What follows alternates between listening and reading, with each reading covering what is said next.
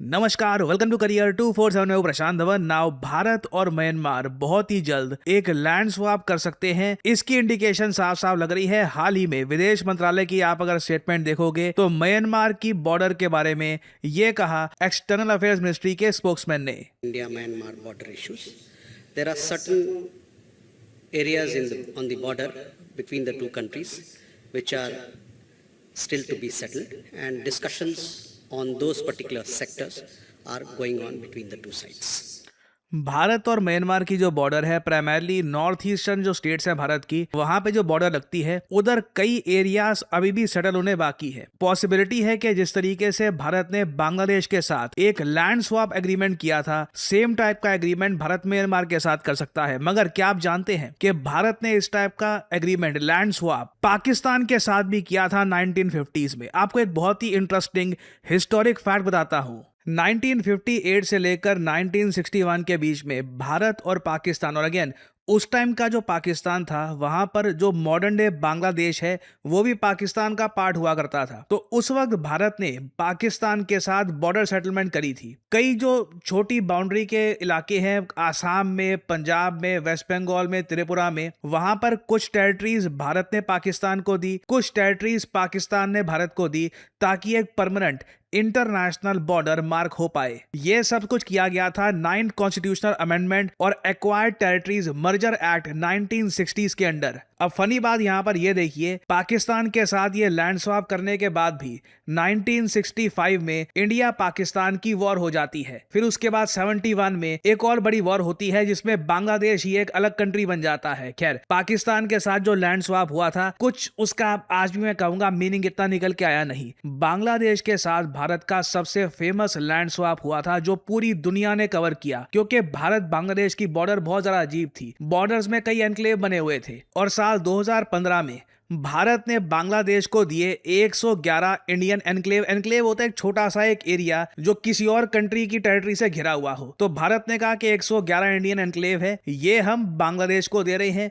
बांग्लादेश ने 51 बांग्लादेशी एनक्लेव्स जो भारत में थे वो भारत को दे दिए, ताकि एक प्रॉपर बॉर्डर यहां पर ड्रॉ हो पाए। ये अगर मैं ओवरऑल साइज की बात करूं ना, तो भारत के इतिहास का सबसे बड़ा लैंड स्वैप था। तो 2 लैंड स्वैप हम कर चुके हैं, एक पाकिस्तान के साथ, एक बांग्लादेश के साथ। तीसरा लैंड स्वैप हो सकता है कि बहुत ही जल्द हम म्यांमार देश के साथ भी करें। अब यहाँ पे आप मुझसे ये पूछ सकते हैं, कच्छतीवू टापू जो है भारत का, ये जो हमने दे दिया था श्रीलंका को, उसका क्या वो लैंड स्वैप नहीं है? नहीं, वो एक मैरीटाइम बाउंड्री सेटलमेंट था जिसमें भारत ने कच्छतीवू टापू श्रीलंका को अनफॉर्चुनेटली उस वक्त दे दिया था। अभी डिमांड उठ रही है कि कच्छतीवू टापू भारत को वापस लेना चाहिए। वो लैंड स्वैप नहीं है, that is different all together. Bharat ने अपने इतिहास में बस 2 बार असल में लैंड स्वैप किया है। और अगर आप म्यांमार और भारत की बॉर्डर देखें, यहाँ पे आप देख पाएंगे ये एशिया का मैप, ये है हमारा प्यारा भारत, और इधर आप देख पाओगे म्यांमार काफी बार ज्योग्राफिकली मैं कहूंगा हम इंडियंस रियलाइज नहीं करते कि कितना बड़ा देश। It is a massive country,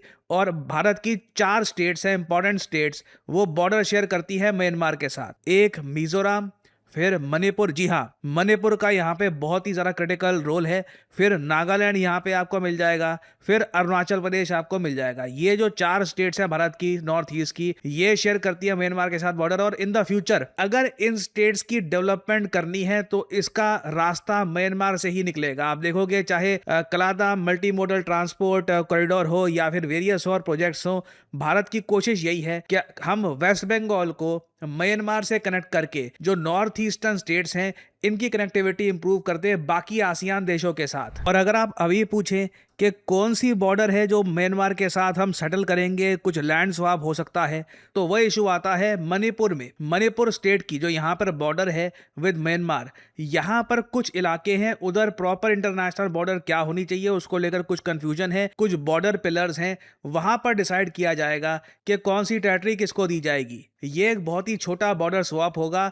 Bangladesh वाला जो हुआ था 2015 में, उसके कंपैरिजन में तो ये बहुत ही छोटा लैंड बॉर्डर एरिया है, करीब 1.4 स्क्वायर मील का एक एरिया है। उसको एक्सचेंज किया जाएगा म्यांमार और भारत के बीच में। और अगर यहाँ पे आप पूछ रहे हैं कि अचानक से भारत ऐसा क्यों कर रहा है, वेल रीजन इसका बहुत ही सिंपल है। मणिपुर में हमको परमानेंट शांति चाहिए। मणिपुर में जो हुआ है पिछले कुछ सालों में काफी दुखदाई है। नॉर्थ ईस्ट इंडिया देखिए, मेरा मानना यह है कि भारत के लिए एक ज्यूल है, यहाँ पर आप अगर देखें नेचर, ओवरऑल टेरिटोरियल ब्यूटी, यहाँ के लोग, अगर ये एरिया शांतिपूर्ण तरीके से प्रोग्रेस करे तो भारत की ग्रोथ रेट में नॉर्थ ईस्ट इंडिया का क्रिटिकल रोल हो सकता है। मणिपुर में रिसेंटली जो कुछ हुआ, जो इंटरनेशनल हेडलाइंस बनी, ये देखकर दुख लगता है। और अब इमीडिएटली भारत सरकार का पहला काम तो अब ये है कि मणिपुर और म्यांमार की जो बॉर्डर है, यहाँ पर करनी है हमको प्रॉपर तरीके से फेंसिंग। सेम काम जो काफी हद तक हम बांग्लादेश के साथ करना चाहते हैं। अब बांग्लादेश के साथ भी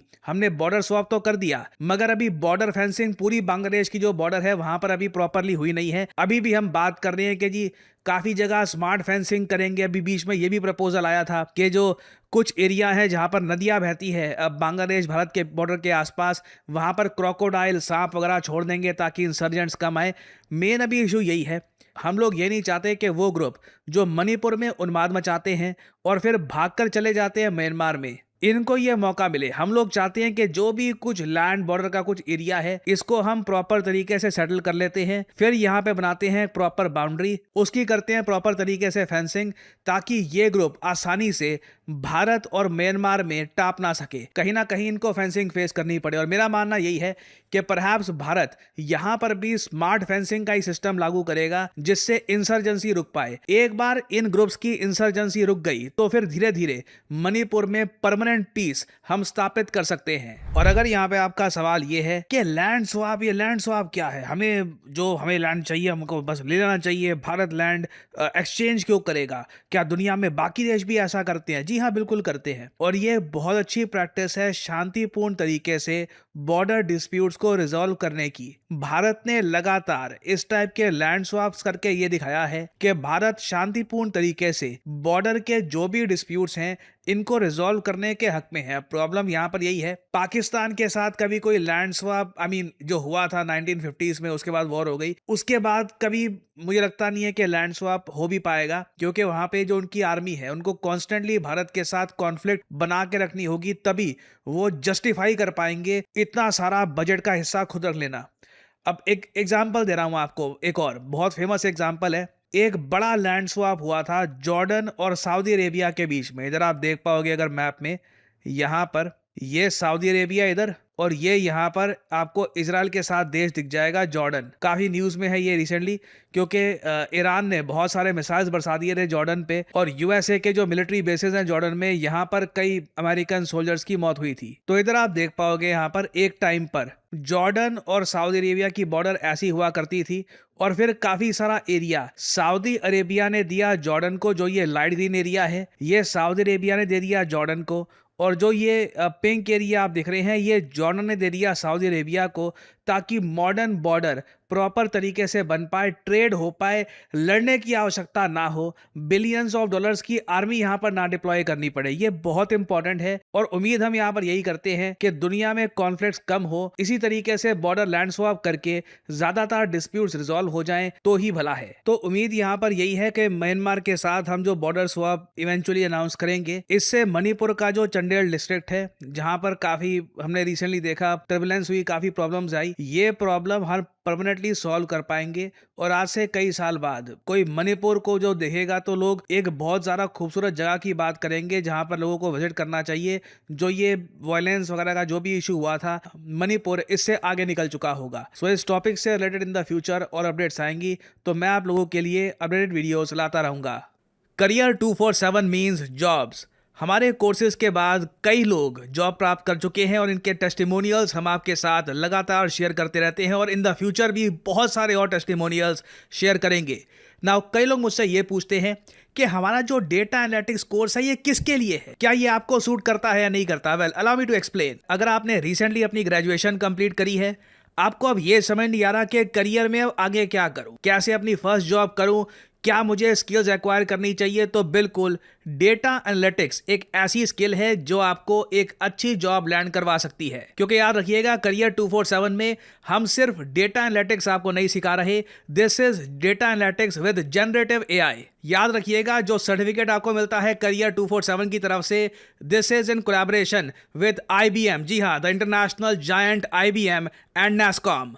तो इन वेरी सिंपल वर्ड्स, अगर आप अपनी ग्रेजुएशन कर भी रहे हैं इस वक्त, आप बीए कर रहे हैं, बीकॉम कर रहे हैं, या फिर आप इंजीनियरिंग में कोई ग्रेजुएशन कर रहे हैं, या फिर आप इंजीनियरिंग फील्ड में है, डज नॉट मैटर, आप डेटा एनालिटिक्स का कोर्स कर सकते हैं। This will help your resume tremendously. और क्या डेटा एनालिटिक्स सीखने के लिए आपका मैथमेटिक्स बहुत अच्छा होना चाहिए, कोडिंग आनी चाहिए? None of that. आपको अगर बेसिक कंप्यूटर यूज़ करना आता है तो बिल्कुल ये कोर्स आपको सूट करता है।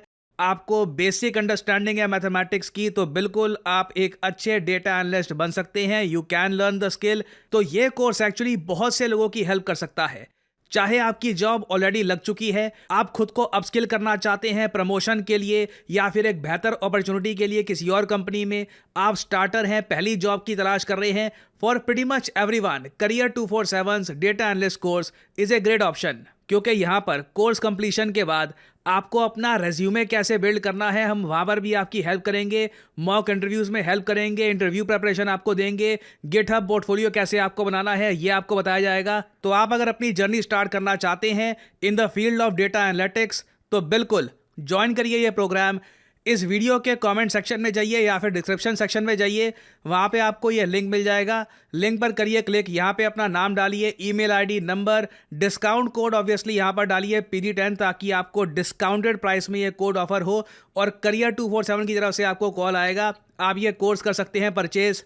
The whole process is very smooth and very easy और आपकी लाइव क्लासेज शुरू हो जाएंगी।